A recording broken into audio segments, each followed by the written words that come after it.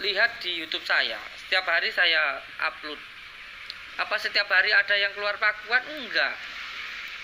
Ada yang cuma muntah-muntah, ada yang diam saja, ada yang cuma jalan, ada yang cuma ngomong konsultasi, kan begitu. Aneh kadang-kadang orang itu. Datang-datang itu kayak, ayo tunjukkan mana yang keluar paku, mana yang keluar keris gitu. Belum tentu 1 bulan sekali ada. Kan aneh seperti itu. Kita itu mendoakan, meruqyah, ketika kita doakan, ada yang umpamanya muntah keluar paku, muntah keluar rambut. Nah itu pas kebetulan sandatnya yang seperti itu. Pas terkena sandatnya yang semacam itu. Dan sandat bukan hanya seperti itu.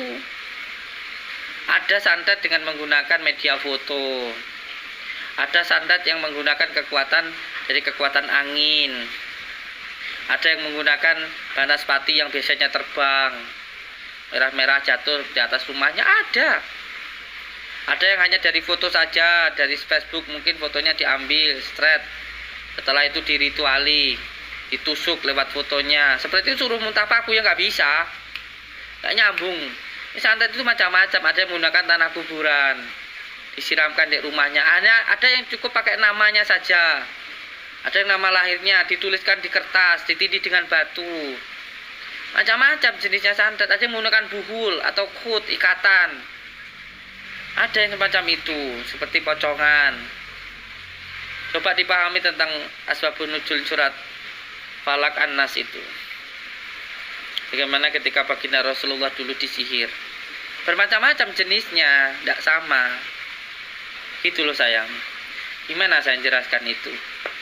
Yang kalau mau datang, mau mencari sebuah kebenaran silahkan. Tapi kalau untuk pembenaran, ya nggak akan ketemu. Kalau sampai datang ke pondok, suruh nyari orang yang suruh muntah paku, suruh muntah rambut. Ya kecuali kalau settingan, suruh nyeting dulu. Ya mungkin bisa. Ya kalau Kang Adi datang untuk melihat yang semacam itu, mana bisa saya memastikan kayak gitu, nggak bisa. Buat ditunggu sebulan 2 bulan ya saya nggak bisa. Kecuali kalau saya mau suruh bikin settingan gitu, baru saya siapkan orang ngemut paku dulu, terus nanti saya ruqyah keluar paku, itu baru kalau itu mau disetting. Cuman beliau kemarin datang nggak ada seperti itu karena bukan settingan. Bukan settingan ya, terus suruh nunjukin mana Gus yang pengobatan keluar paku. Kalau mau tahu orangnya tak anterin ke Tulungagung, tempatnya Ibu Suprihatin. Bawa polisi boleh, bawa pengacara boleh. Tanya ke desanya, ke kelurahannya, ke kecamatannya boleh. Saya antarkan. Saya tunjukkan orangnya yang pernah muntah seperti itu. Ada buku ronsennya.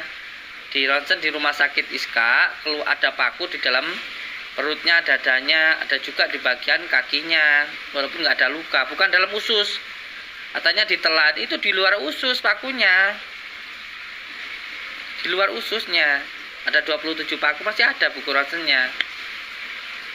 Mbok ya cerdas didik toh Kang. Memang di akhir zaman itu sesuatu hal yang baik akan dikucilkan. Suatu yang benar akan dijatuhkan. Ini sudah akhir zaman memang. Nggak masalah.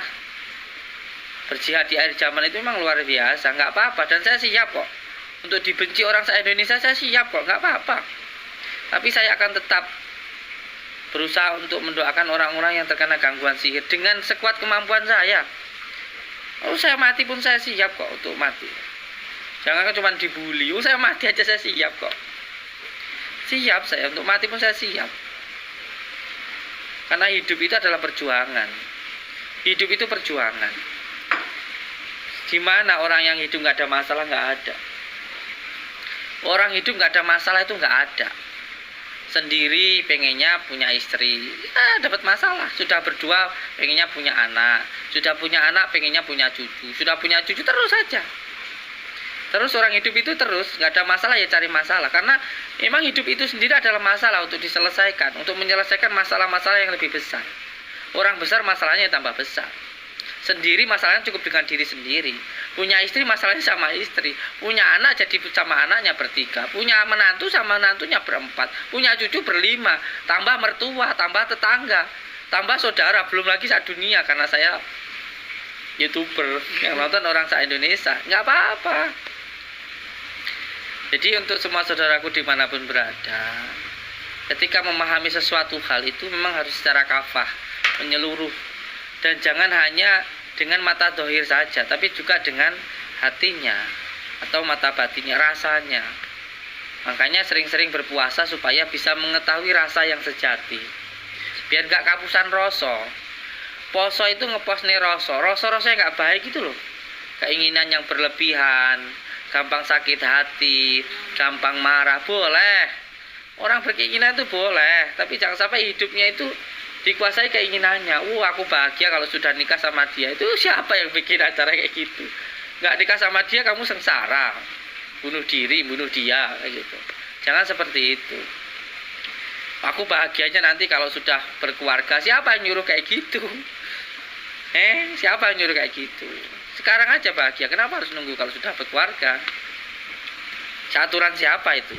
Nanti aku bahagia kalau sudah punya rumah. Kenapa bahagianya harus punya rumah? Saya dari dulu belum punya rumah juga bahagia. Itu namanya nafsu supiyah. Boleh keinginan, boleh punya hawa nafsu, tapi jangan sampai dikuasai hawa nafsu. Boleh punya keinginan, tapi jangan sampai dikuasai keinginan. Keinginan itu kuasai kamu kuasai.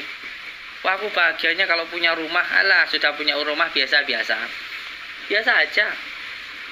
Aku nanti bahagia kalau nikah sama dia, cantik luar biasa, semok buhay. Udah nikah biasa aja.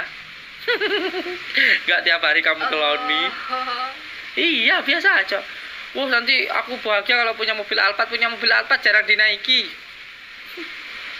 Aku bahagia nanti kalau sudah punya pondok pesantren besar, sudah punya ya biasa aja. Iya kan? Dulu ya bahagia nanti kalau udah punya rumah mewah, jarang ditempati. Tidurnya lebih banyak di hutan, di pelataran saya. Sering-sering saya tidur di musola. Bahkan sampai malam pun jarang tidur kayak gini. Jadi bahagiamu itu bagaimana? Bahagiamu itu ketika kamu bersyukur kepada Allah. Karena orang hidup itu menerima, bukan meminta. Orang hidup itu nerima apa yang diberikan Allah. Wes toh. Kuncinya orang berdoa dijabah oleh Allah itu kuncinya satu, senang. Orang senang itu apa? Syukur. Nerimo dengan apa yang diberikan Allah. Wes toh, kalau kamu nerima, minta apapun dikasih kali sama Allah. Iya kan? Contoh kamu ngasih saya apa ini rambutan atau baju atau kamu ngasih ke saya, tak terima, aku seneng. Gak perlu aku minta, kamu ngeliat aku seneng, kamu kasih, pasti kamu ngasih lagi. Apalagi kamu maha kaya, apalagi kamu orang kaya. Allah yang maha kuasa. Yang sekarang diberikan Allah aja belum kamu syukuri kok. Kamu minta ini, minta itu. Hidupmu itu lo syukurono sih.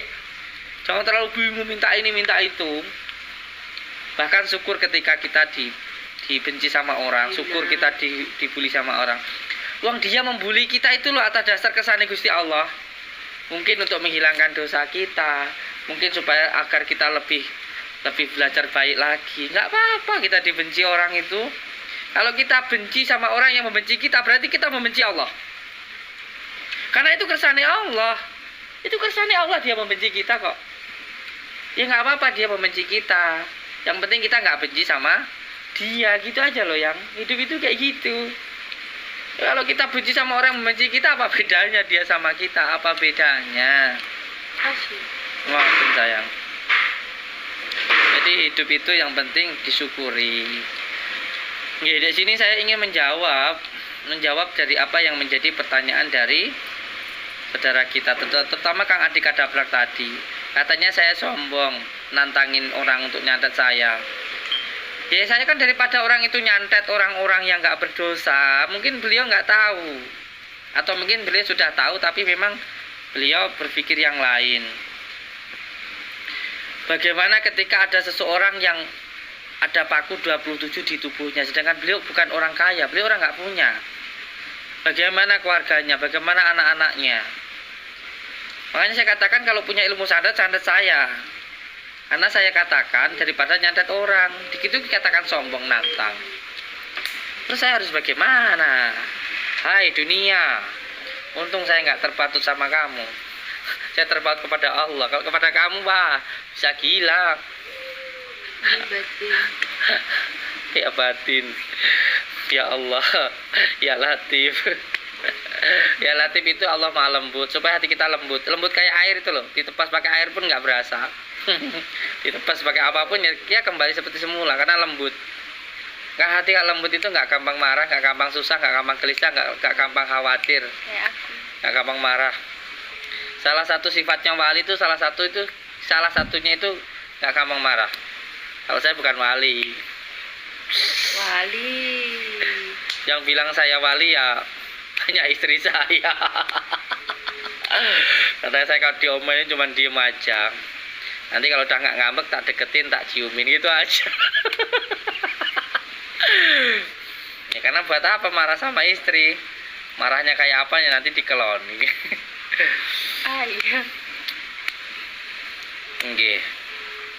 Yang penting kita semuanya tetap menjalin persaudaraan, seduluran. Boleh dengan nggak suka sama saya nggak apa-apa.